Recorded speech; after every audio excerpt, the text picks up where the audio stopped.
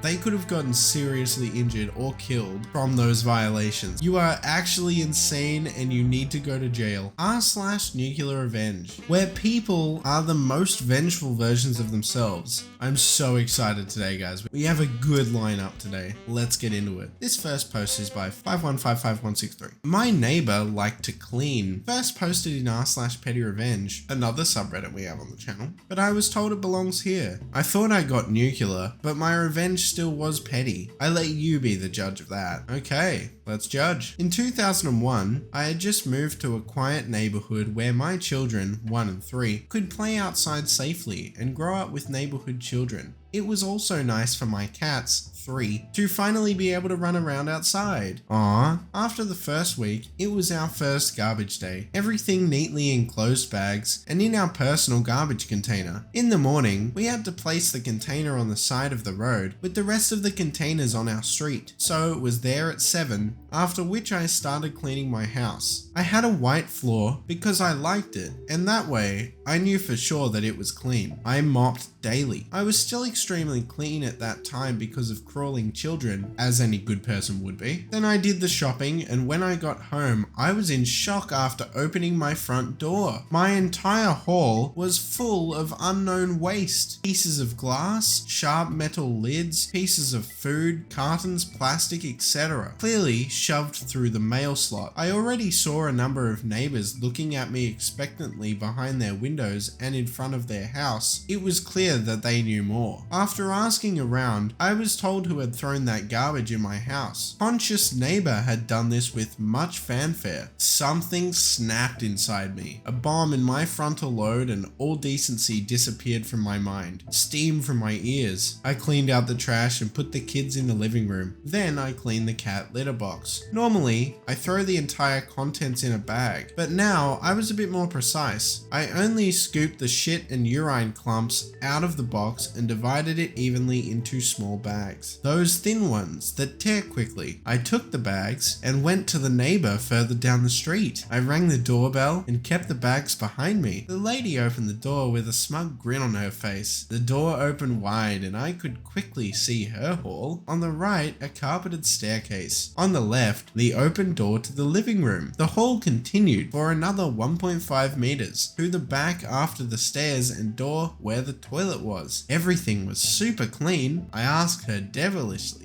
calmly if she had put that waste through my mail slot. Her answer was yes, followed by the reasoning that because I was new here, that the loose waste that was lying around the place containers must have been mine, because before we lived here, that never happened. This was the moment that all my blood vessels in my eyes burst. The calm was gone. In a tirade of abuse, I made it clear to her that I had not been the polluter, and that if she had any decency, she could have spoken to me instead of jumping to conclusions and dirtying my house and endangering my crawling children and animals by dumping that waste in my house like that. With the message that she liked to clean up so much, here please, and I threw 2 bags in her hallway, one against the corner of her stairs and the other on the doorpost of the living room. Everything, really everything, was covered in shit and the splattered clumps of cat urine, with a warning/promise that if she ever thought of doing something like that again, I would smash all her windows. I turned around and went home. Everyone had seen and heard everything. Never heard anything from that neighbor again. No one ever thought of doing something like that to me again. I can still enjoy the face she pulled when she saw the bags flying. It was shock, fear, indignation, nausea, and despair all at once. So I feel like I've actually heard this one before. I'm not sure if I've read it before, but maybe I've read one similar. That's crazy that the neighbor did that to OP. You can't just assume that there's metal and glass from them. It doesn't matter if they did it or not. They have crawling children and animals, and you endangered them because you didn't want to see it outside? Dude, you don't even know whose it is. You don't just shove things in the mail slot like that. What is wrong with you? You are actually insane and you need to go to jail. Is that trespassing? I wonder if that counts as trespassing. It literally could have come from the wind. I'm so sorry you have to live like that, OP. Hopefully they don't bother you again. Though I know if they do, you'll find a way out of it. She is crazy. This next post is by Darling Darcy. Got fired, reported them to OSHA, and destroyed a family business and made them leave town. Lovely. So a while back, I had been hired to be the marketing person for a family business. It was a fitness equipment liquidator that had been founded by a gold medalist Olympian. He had fallen into some mental health issues and had delegated his wife to take over the business. She didn't have the experience, but took the reins anyway, and she and her children ran the place, albeit with some success. So this is where I come in. The first red flag I should have seen was that she was trying to screw over the recruiter by wanting us to do a side deal to pay me technically less, but still more than I would have gotten without the recruiter as the middle person. But I was in bed and I didn't think too much about it. The next thing was how embedded the family aspect was in this business, that there was basically no distinction between the employees and family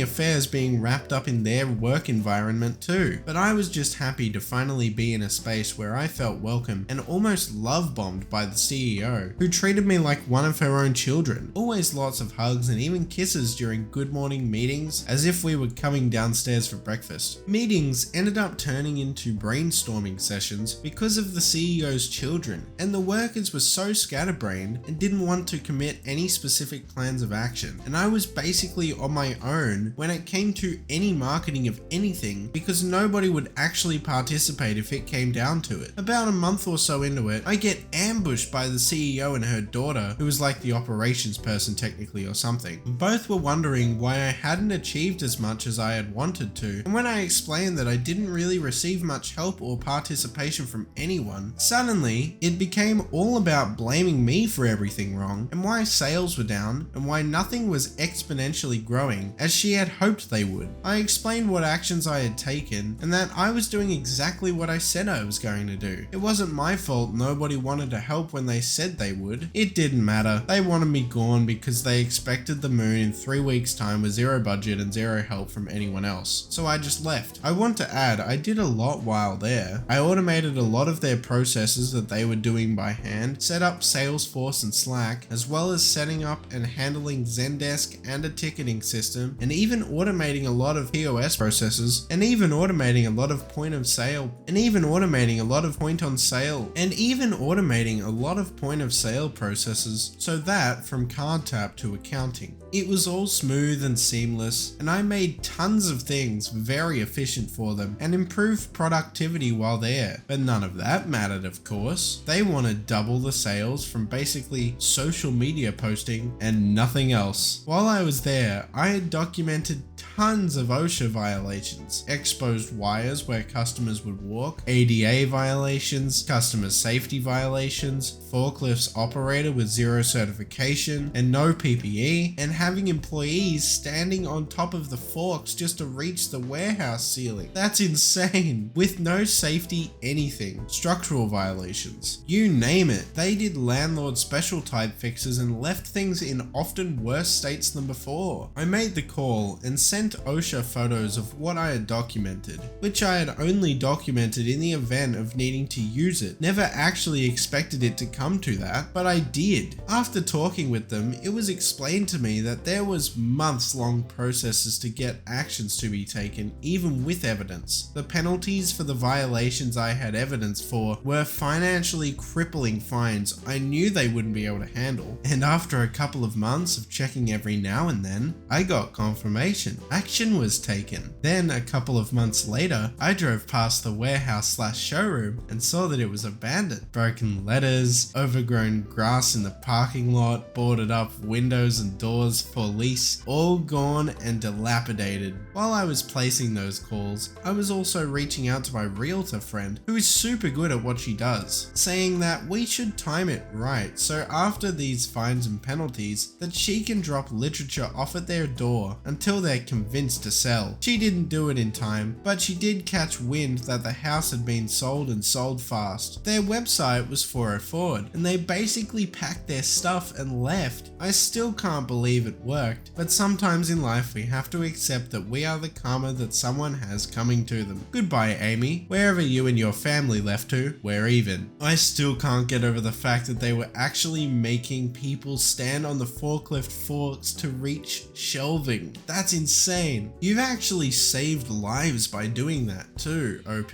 Because now people in violations of those, they won't be working there anymore. You may have stopped jobs, but it's not really their fault that the business is operating with a bunch of violations. They could have gotten seriously injured or killed from those violations. So it's actually really cool that you were able to do that as well. And it's nice that action was actually taken. And then on top of that, the family part, family in a business, always a red flag. You never want to be in a business that says, we're like family. But they weren't just like family, they were like hugs and kisses. What is that? I've never heard of that level of family in a business. What is wrong with them? That's insane. With all of that, they were probably hiring a lot of new hires too, which means teenagers were doing that. This next post is by Ultimate OT. My ex-fiance refused to respect my boundaries, so I married his best friend. So we've already got some information. They got to the fiance stage in the previous relationship. There's probably something scandalous going on. Let's get into it. Back in 2019, I had just moved my long-term partner into my house due to a series of poor life choices on his end. Okay, already some red flags here. It had been a rocky relationship for most of its duration, but I was young and dumb. This makes sense. I believe this was him wanting to commit and truly start our lives. By early 2020, we were engaged. I was a full-time university student, sole caretaker for my mentally disabled mother, and taking care of our house and our pets. He worked a standard 40-hour-a-week minimum wage job and refused to help with any aspect of life. I found out on Christmas Day 2020 he had been unfaithful and had forgotten to tell me. Oh yeah, clever story, bud. I'm sure they believe you. He was planning on leaving me, but had informed everyone except for me because he was failing to secure a new residence. Apparently, his fuck buddy didn't like him enough to let him move in. At this point, it was very little love lost, and I expected he would be moving out within the coming weeks. Fast forward 3 entire months and his search for a living place was non-existent, and he was acting more and more entitled. Clearly by this point, he is an unwelcomed freeloader who has taken up residence in my living room. I was about to secure an eviction notice to get him off my couch. He began swiping Tinder with his phone volume loudly on. I told him to not do that in my presence, as it was highly insensitive to do that in my home, and he could do it in private. This continued, so I told him I would sleep with one of his friends. It was said in a moment of anger and was more of an empty threat at the time. However, I am known for seeing my goals to their completion. I messaged the guy who was supposedly my ex's best friend and the best man for the wedding. It turns out he didn't even consider my ex a close friend. My ex had acted similarly terrible to this guy previously as well. We bonded over our terrible experience, hit it off really well in general, and started dating. I was upfront about what the catalyst for me to reach out to him was. After 2 years of dating, we were married April 2nd. He watched me graduate with that bachelor's degree my ex disliked. I'm halfway through my master's, and my husband works in a specialized steady field that supports us. Last I heard, my ex got kicked out of his dad's house, never was able to officially date his side chick, and has not made any choices to better his life.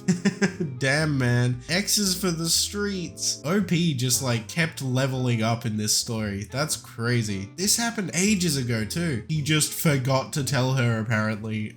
But also, not only did he forget to tell her, he was just planning on leaving. There was like no reason for it, or at least it did say that it was a rocky relationship for most of its duration, I guess. But the fact that he had been unfaithful on Christmas Day and then was just like, yeah, I'm leaving. Then you stay in their house until they kick you out. They date your best friend, supposedly, and you get kicked out of your own father's house and end up on the streets and not dating the person you cheated on your ex with. Good job, man. Aren't you a blessing in disguise? OP, you did the right thing. I think you did a good job. This next post is by Def's Not Randy Marsh. Years ago, roughly 2010, when I was doing pizza delivery, I delivered on campus. Pretty standard procedure. Call the customer and wait in the parking lot. Buddy comes down, hands me the money, takes the pizza and walks away. Then he starts to run. I look in my hand and one of the $10 bills is ripped in half and the $20 is horribly counterfeit. Dude's already back in his dorm and it's pass activated, so I can't even get in. Then I remembered I have his number in my phone from from when I called him. So I call the store, tell them what happened, and they mark his number as a prank caller, so no more deliveries. Figured,